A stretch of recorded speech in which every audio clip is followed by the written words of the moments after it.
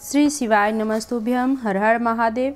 भटिंडा पंजाब में गुरुजी पंडित प्रदीप मिश्रा जी द्वारा शिव महापुराण कथा शुरू हो गई है। ये 7 दिवसीय कथा शिव महापुराण की चलने वाली है, जो कि 4 जनवरी से 10 जनवरी तक आस्था चैनल यूट्यूब के माध्यम से देख सकते हैं। 6 जनवरी तीसरे दिन की कथा आज पूर्ण हो चुकी है। आज की कथा बहुत ही रोचक जानकारियों से भरपूर थी, जिसमें गुरुजी ने कुछ रोचक पत्र पढ़े और कुछ विशेष उपायों की जानकारियां दी है।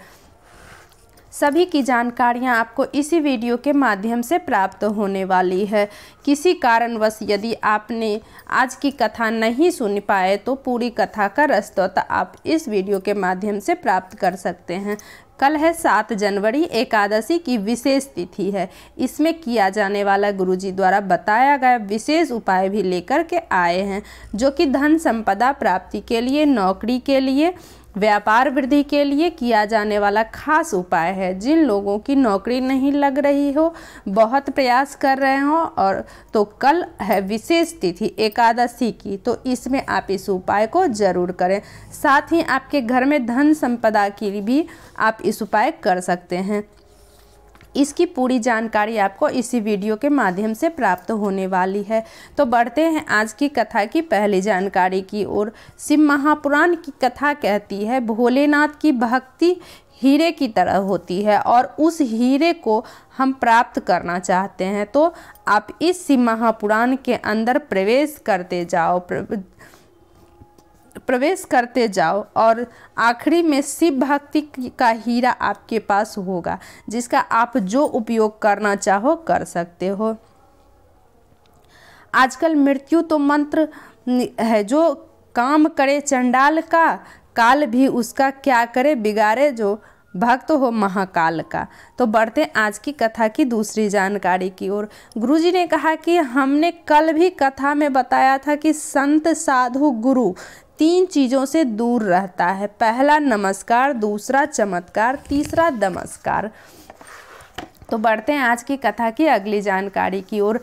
जब तक आप शिव की शरण में नहीं गए तब तक दुख तो हमारा है, और जब आपने 1 लोटा जल शिवलिंग पे अर्पित करना शुरू किया तब दुख तुम्हारा नहीं होता है, तो वो दुख महादेव का हो जाता है। तो बढ़ते आज की कथा की अगली जानकारी की ओर। जिसको कथा में से प्यार नहीं होता उसे बार बार घड़ी देखना पड़ता है कि कब 5 बजेगी, और जिसको कथा से प्रेम होता है उसे समय का पता नहीं चलता कि कब कथा पूर्ण हो गई है। जिस दिन तुम्हारा प्यार, तुम्हारा स्नेह, तुम्हारा प्रेम भोलेनाथ के प्रति हो जाएगा तो तुम्हें घड़ी देखने की ज़रूरत नहीं पड़ेगी, तुम समय एवं भोलेनाथ चलाएंगे।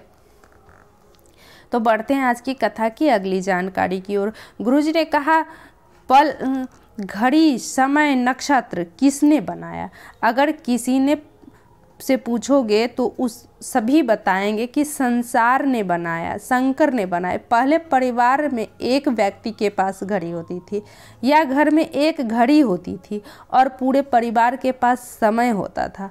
आज के ज़माने में घड़ी सबके पास है पर समय किसी के पास नहीं है। बढ़ते आज की कथा की अगली जानकारी की ओर।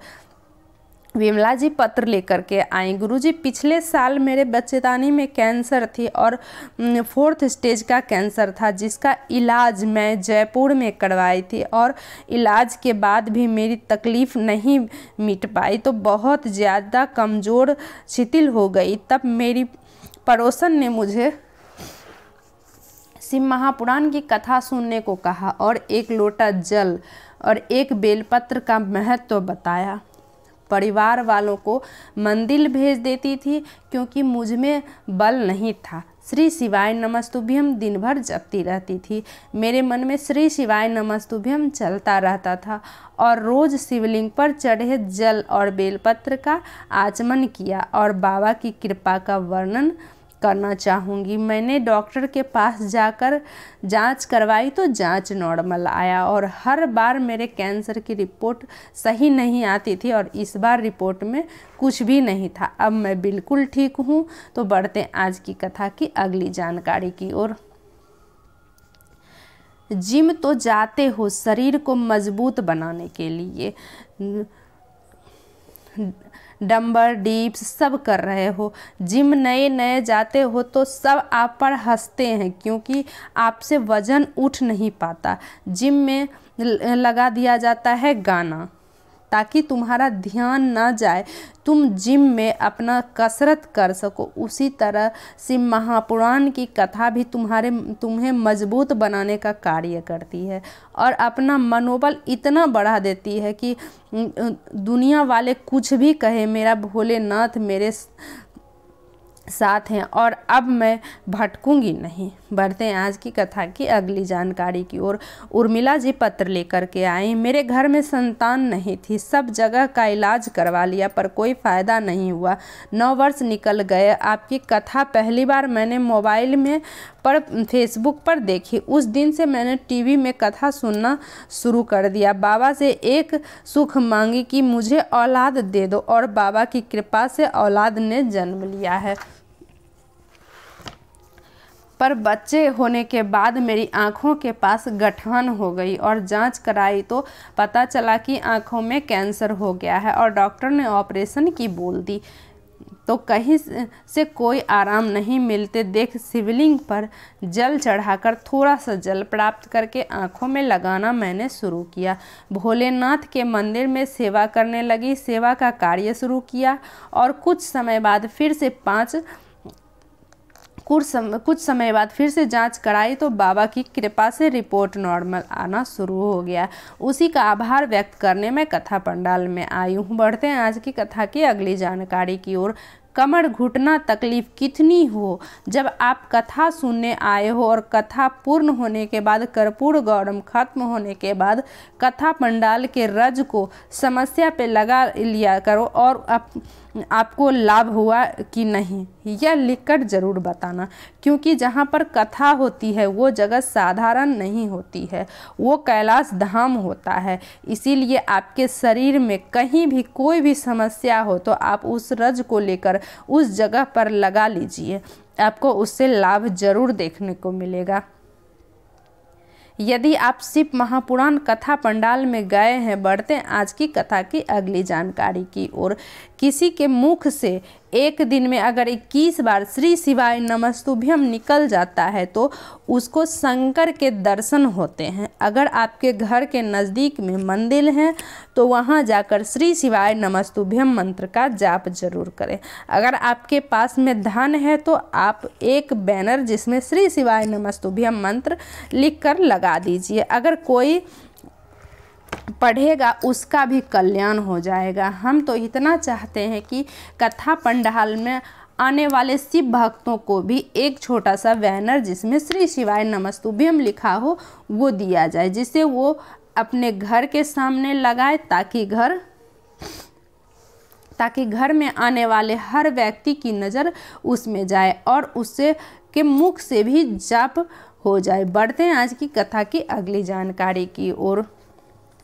तो 10 जनवरी को पूर्ण हो जाएगी ये कथा और उसके बाद जो गुरुजी की अगली कथा है वो 16 जनवरी से 20 जनवरी मुंबई में रहने वाली है। तो बढ़ते हैं आज की कथा की अगली जानकारी की ओर।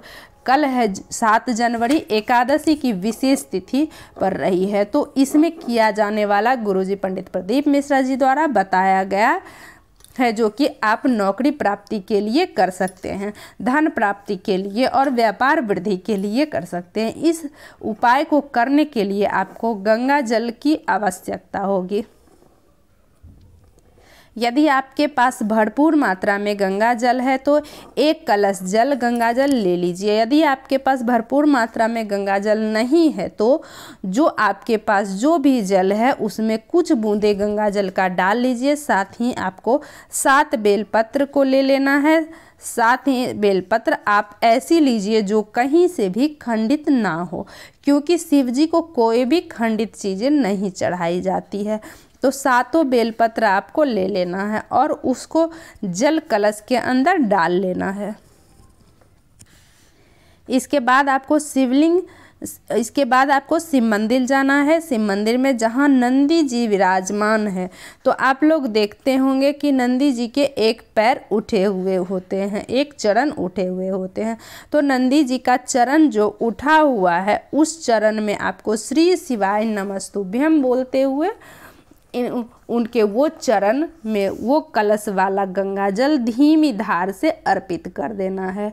अब कलश में बची 7 बेलपत्री, तो वो 7 बेलपत्र को आपको श्री शिवाय नमस्तुभ्यम बोलते हुए शंकर भगवान की शिवलिंग पर आपको एक एक करके अर्पित कर देना है। जब आप शिवलिंग पर बेलपत्र अर्पित करेंगे तो वो जो बेलपत्र की डंडी का जो मुख होता है वो आपको जलाधारी की ओर करते हुए अर्पित कर देना है। या आप जिस ओर बैठे हो तो आपके अपोजिट साइड बेलपत्री की डंडी होनी चाहिए, वैसे भी आप अर्पित कर सकते हो।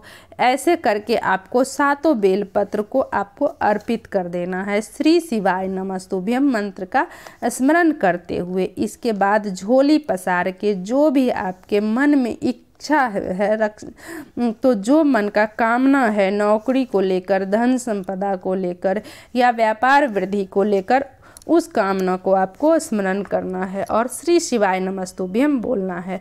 बस आपको इतना ही करना है। 7 जनवरी सुबह को आप इस उपाय को ज़रूर कर सकते हैं। आज के उपायों को लेकर आपके मन में कोई भी सवाल है तो आप कमेंट बॉक्स के ज़रिए पूछ सकते हैं।